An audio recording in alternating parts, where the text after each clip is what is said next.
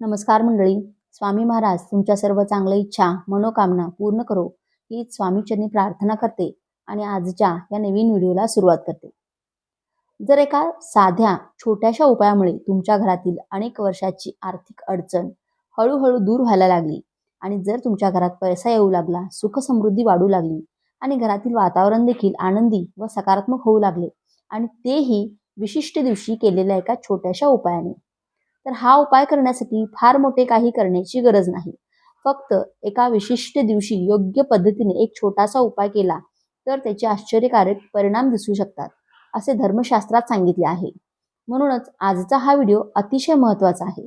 कारण काही दिवस असे असतात की त्या दिवशी केलेली छोटी छोटी धार्मिक कृती सुद्धा आपल्या आयुष्यावर मोठा सकारात्मक परिणाम करून जाते. 19 मार्च गुरुवार या दिवशी अत्यंत महत्त्वाची तिथी आलेली आहे आणि ती म्हणजे फाल्गुन अमावस्या. हिंदू धर्मशास्त्रानुसार अमावस्या ही प्रत्येक महिन्यात येते, परंतु काही अमावस्या अशा असतात ज्यांना विशेष धार्मिक आणि आध्यात्मिक महत्त्व असते.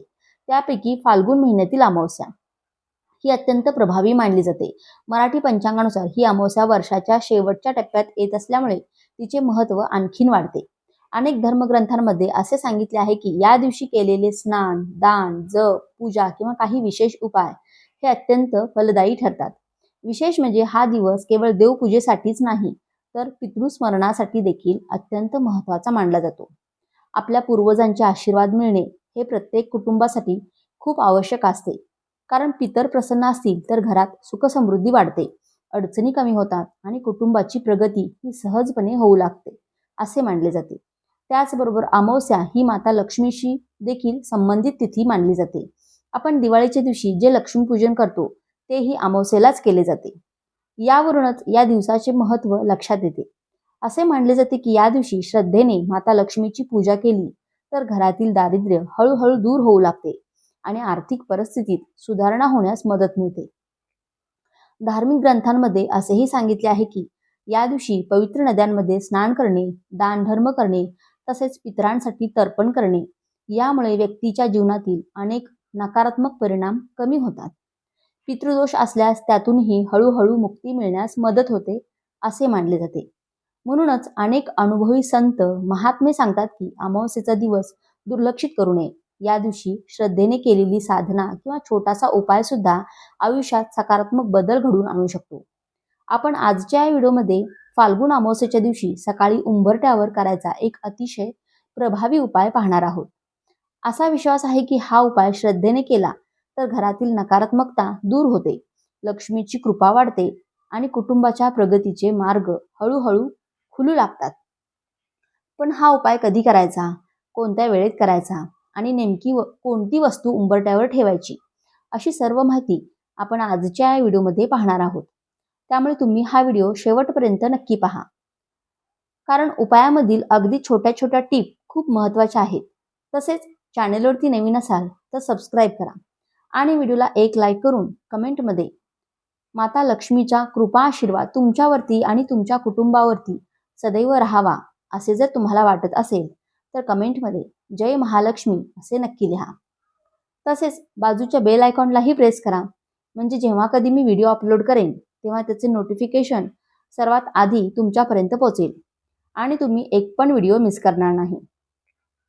फाल्गुन अमावस्या इतकी विशेष का मानली जाते आणि या दिवशी केलेल्या पूजेचे आणि उपायांचे आध्यात्मिक महत्त्व काय आहे? आपल्या धर्मशास्त्रानुसार हा दिवस आध्यात्मिक दृष्टिकोनातून अत्यंत संवेदनशील आणि प्रभावी मानला जातो. कारण अमावस्येच्या दिवशी चंद्र पूर्णपणे अदृश्य असतो आणि या काळात सूक्ष्म ऊर्जा अधिक सक्रिय असते असे अनेक धर्मग्रंथांमध्ये सांगितले गेले आहे. म्हणूनच या दिवशी केलेले जप, पूजा, दान किंवा काही विशिष्ट उपाय हे अत्यंत परिणामकारक ठरतात. विशेष म्हणजे हा दिवस आपल्या पितरांना स्मरण करण्यासाठी देखील अत्यंत महत्त्वाचा मानला जातो. आपल्या घरातील जे पूर्वज या जगातून निघून गेले आहेत त्यांची कृपा आपल्या कुटुंबावर असणे खूप आवश्यक आहे. कारण अनेक वेळा आपल्याला समजत नाही, पण घरातील काही अडचणी, सतत येणारे अडथळे किंवा अचानक निर्माण होणाऱ्या समस्या या पितृदोषामुळे देखील असू शकतात असे धर्मशास्त्र सांगते. म्हणूनच अमावस्येच्या दिवशी पितरांचे स्मरण करणे, त्यांच्यासाठी प्रार्थना करणे किंवा एखादी छोटी सेवा करणे अत्यंत शुभ मानले जाते. असे केल्याने पितर प्रसन्न होतात आणि ते आपल्या कुटुंबाला सुखी संसाराचे आशीर्वाद देतात असे मानले जाते. आता तुम्ही अनेकदा ऐकले असेल की काही घरांमध्ये पैसा येतो पण टिकत नाही. कितीही प्रयत्न केले तरी आर्थिक स्थिरता येत नाही. व्यवसायात अडचणी येतात, कामात अडथळे निर्माण होतात किंवा घरामध्ये सतत तणावाचे वातावरण असते. काही वेळा तर घरात पैसा असतो पण समाधान नसते, आनंद नसतो. आपला धर्म परंपरेनुसार लक्ष्मी म्हणजे फक्त पैसा नाही. लक्ष्मी म्हणजे समृद्धी, आनंद, शांतता आणि घरातील प्रेमळ वातावरण. ज्या घरात कुटुंबातील सदस्यांमध्ये प्रेम, आदर आणि एकोप्याचे वातावरण असते त्या घरातच लक्ष्मी स्थिर राहते असे मानले जाते. जर घरात सतत भांडण, नकारात्मकता किंवा तणाव असेल तर लक्ष्मी टिकत नाही असे आपल्या वडीलधाऱ्यांनी सांगितले आहे. म्हणूनच केवळ पैसा कमावणे पुरेसे नसते, तर घरातील वातावरणही सकारात्मक असणे खूप गरजेचे असते. आणि म्हणूनच फाल्गुन अमावस्येच्या दिवशी काही छोटे धार्मिक उपाय केले तर घरातील नकारात्मकता कमी होण्यास मदत होते असे मानले जाते. अनेक लोकांचा असा अनुभव आहे की या दिवशी श्रद्धेने केलेल्या उपायांमुळे त्यांच्या आयुष्यात हळूहळू सकारात्मक बदल घडू लागले. पण येथे एक गोष्ट खूप महत्त्वाची आहे. कोणताही उपाय करताना श्रद्धा आणि मनाची शुद्धता असणे अत्यंत आवश्यक आहे. फक्त उपाय म्हणून केला तर त्याचा परिणाम कमी होतो. पण जर मनापासून प्रार्थना केली, देवावर विश्वास ठेवला आणि कृतज्ञतेने हे उपाय केले तर त्याचे परिणाम अधिक चांगले मिळतात असे सांगितले जाते. तर हा उपाय करण्यापूर्वी काही तयारी करणे खूप आवश्यक आहे. सर्वप्रथम 20 मार्च गुरुवारच्या दिवशी सकाळी शक्य तितक्या लवकर उठायचे आहे. सकाळची वेळ ही आध्यात्मिक दृष्टिकोनातून अत्यंत पवित्र मानली जाते. या वेळेत केलेली प्रार्थना आणि पूजा अधिक फलदायी ठरते असे अनेक संतांनी सांगितले आहे. सकाळी उठल्यानंतर तुम्हाला स्नान करायचे आहे. स्नान करताना अंघोळीच्या पाण्यात थोडेसे गंगाजल आणि थोडेसे मीठ टाकावे. गंगाजल पवित्रतेचे प्रतीक मानले जाते आणि मीठ नकारात्मक ऊर्जा दूर करण्यासाठी उपयोगी मानले जाते. त्यामुळे या दोन्ही गोष्टी पाण्यात टाकून स्नान केल्यास शरीर आणि मन दोन्ही शुद्ध होतात असे मानले जाते. जर कोणाला गंगाजल उपलब्ध नसेल तर फक्त मीठ टाकूनही तुम्ही स्नान करू शकता. यानंतर तुम्हाला घरातील देवघरात जाऊन देवांची विधिवत पूजा करायची आहे. देवांना नमस्कार करून धूप, दीप, अगरबत्ती लावायची आहे. घरात प्रसन्न वातावरण तयार करायचे आहे. शक्य असल्यास देवांना पंचामृताने अभिषेक करणे देखील अत्यंत शुभ मानले जाते. पूजा झाल्यानंतर एक महत्त्वाची गोष्ट करायची आहे, ती म्हणजे घराची स्वच्छता. कारण ज्या ठिकाणी स्वच्छता असते तिथेच सकारात्मक ऊर्जा टिकते असे सांगितले जाते. म्हणून तुम्हाला घराची फरशी स्वच्छ पुसायची आहे. फरशी पुसताना पाण्यात थोडेसे खडे मीठ आणि थोडेसे गोमूत्र टाकावे. गोमूत्र उपलब्ध नसेल तरी हरकत नाही, फक्त मीठ टाकले तरीही चालेल. या पाण्याने घर पुसल्याने घरातील नकारात्मकता कमी होते आणि वातावरण अधिक शुद्ध होते असे मानले जाते. हे सर्व झाल्यानंतरच तुम्हाला पुढे सांगितलेला मुख्य उपाय करायचा आहे. आणि लक्षात ठेवा, हा उपाय सकाळी 12 वाजण्याच्या आधी करणे अत्यंत महत्त्वाचे आहे. आता उंबरठ्यावर नेमके काय करायचे, कोणती वस्तू ठेवायची आणि कोणत्या पद्धतीने हा उपाय पूर्ण करायचा. सर्वप्रथम तुम्हाला एक तांब्याचा कलश किंवा तांब्याचे भांडे घ्यायचे आहे. जर तांब्याचे भांडे उपलब्ध नसेल तर स्वच्छ स्टीलचे भांडे देखील चालू शकते. त्या भांड्यामध्ये स्वच्छ पिण्याचे पाणी भरायचे आहे. त्यानंतर त्या पाण्यात 1 चमचा हळद टाकायची आहे. हळद ही आपल्या संस्कृतीमध्ये पवित्रता आणि मंगलतेचे प्रतीक मानले जाते. त्यामुळे या पाण्यात एक प्रकारची पवित्रता प्राप्त होते असे मानले जाते. जर तुमच्याकडे गोमूत्र उपलब्ध असेल तर त्यातील काही थेंब त्या पाण्यात टाकू शकता. नसले तरी काही हरकत नाही.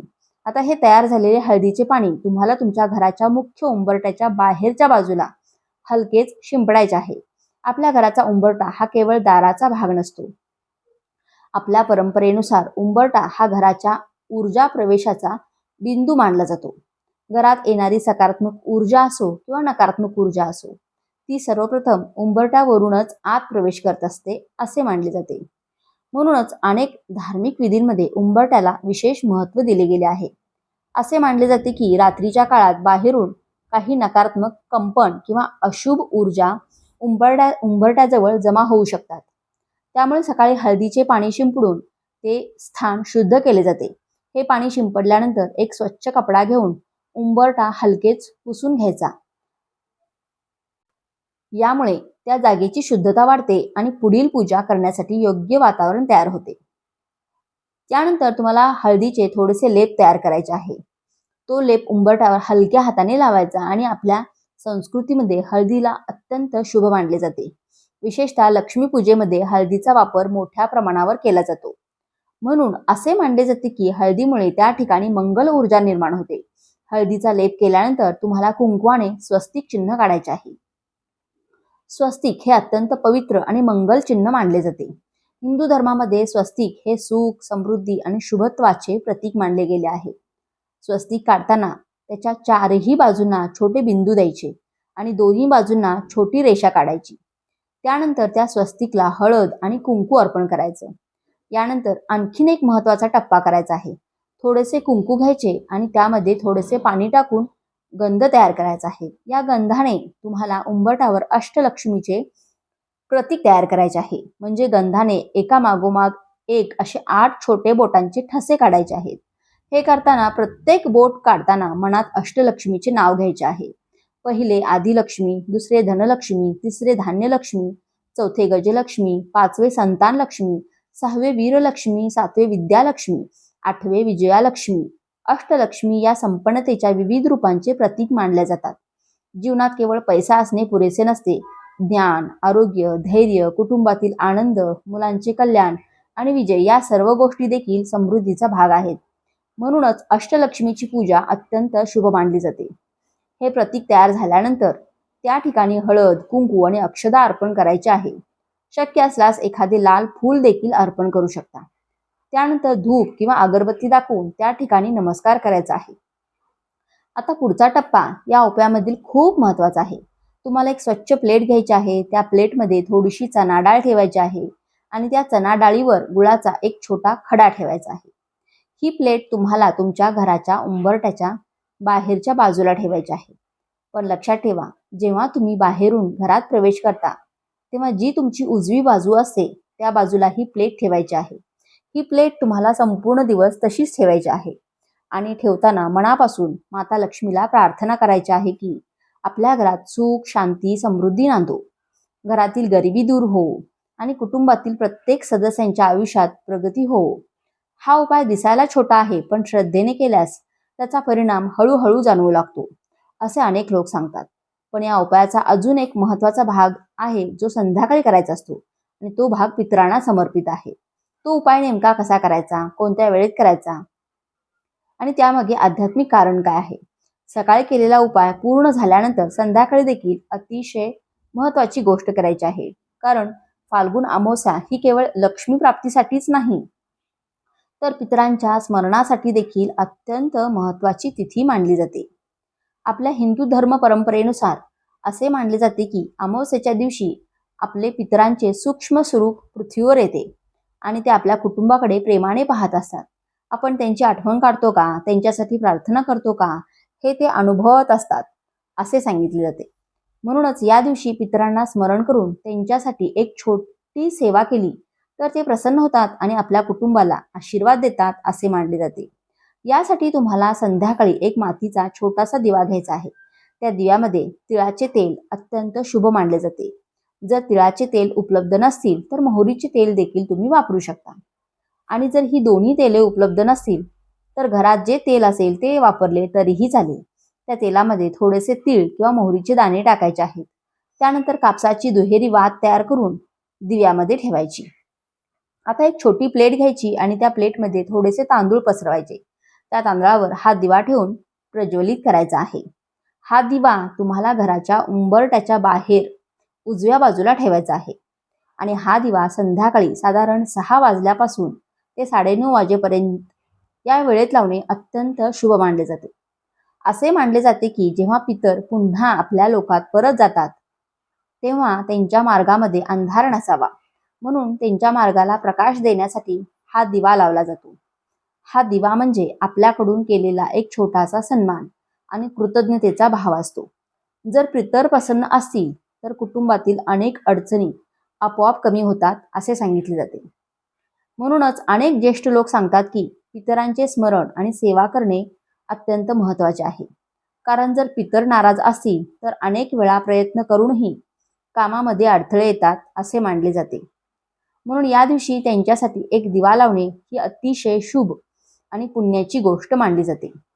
आता या दिवशी अजून एक छोटासा पण प्रभावी उपाय केला जातो आणि तो म्हणजे घराच्या मुख्य दरवाजावर कोहळा बांधणे. फाल्गुन अमावस्येच्या दिवशी तुम्हाला एक कोहळा खरेदी करून आणायचा आहे. घरी आणल्यानंतर सर्वप्रथम तो देवघरासमोर ठेवायचा आहे. त्यानंतर त्या कोहळ्याची साधी पूजा करायची आहे. कोहळ्यावर कुंकवाने स्वस्तिक चिन्ह काढायचे आहे. त्यावर हळद, कुंकू आणि अक्षदा अर्पण करायचे आहेत. मनात देवाचे स्मरण करून त्या कोहळ्याला नमस्कार करायचा आहे. त्यानंतर एक लाल रंगाचा स्वच्छ कपडा घ्यायचा आहे आणि त्या कपड्यामध्ये हा कोहळा ठेवायचा आहे. त्यानंतर तो कोहळा तुम्हाला घराच्या मुख्य दरवाजेच्या वरच्या बाजूला बांधायचा आहे. आपल्या परंपरेमध्ये असा विश्वास आहे की जेव्हा कोहळा मुख्य दरवाजावर बांधला जातो तेव्हा तो घरासाठी एक प्रकारचे संरक्षण निर्माण करतो. घराकडे येणारी नकारात्मक ऊर्जा, वाईट शक्ती किंवा अशुभ विचार यांना तो अडवत असतो असे मानले जाते. कधी कधी बाहेरून एखादा व्यक्ती नकारात्मक विचार घेऊन घरात येत असेल तर त्याचा परिणाम घरातील वातावरणावर होऊ नये यासाठी देखील हा उपाय केला जातो असे सांगितले जाते. यामुळे घरात सकारात्मक ऊर्जा टिकून राहते आणि कुटुंबात शांतता आणि आनंदाचे वातावरण राहते अशी श्रद्धा आहे. म्हणूनच 19 मार्च गुरुवार फाल्गुन अमावस्येच्या दिवशी हे छोटे छोटे उपाय श्रद्धेने करण्याचा प्रयत्न करा. सकाळी उंबरठ्यावर केलेला उपाय, संध्याकाळी पितरांसाठी लावलेला दिवा आणि दरवाजावर बांधलेला कोहळा या सर्व गोष्टी एकत्रितपणे घरात सकारात्मक वातावरण निर्माण करण्यास मदत करतात असे मानले जाते. पण लक्षात ठेवा, कोणताही उपाय करताना सर्वात महत्त्वाची गोष्ट म्हणजे श्रद्धा, सकारात्मक विचार आणि देवावरचा विश्वास. मनापासून प्रार्थना केली तर ते देव नक्कीच आपल्यावर कृपा करतात. जर तुम्हाला हा व्हिडिओ आवडला असेल, व्हिडिओतील माहिती उपयुक्त वाटली असेल तर व्हिडिओला एक लाईक नक्की करा आणि चॅनेलला सबस्क्राईब करून आम्हाला प्रोत्साहित करा. तसेच हा व्हिडिओ जास्तीत जास्त लोकांना शेअर करा. धन्यवाद. श्री स्वामी समर्थ. जय महालक्ष्मी.